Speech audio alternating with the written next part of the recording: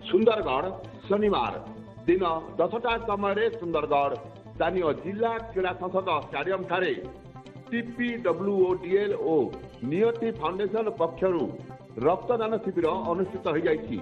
एही रक्तदान शिविर रे मुख्य अतिथि भाव जोगदे उपजिलापाल सुंदरगढ़ सदर श्री दाशरथी सराबू पिता काटी एही शिविर को आनुष्ठानिक भाव उद्घाटन करथिले। ए शिविर रे सम्मानित अतिथि भाव जिला प्रेस क्लब साधारण संपादक श्री देवाशीष कवि और TPWODL अधिकारी अनुपम चंद्र करंक समेत समस्त अधिकारी कर्मचारी लाइनमैन समस्ते एथिरे जोग देथिले।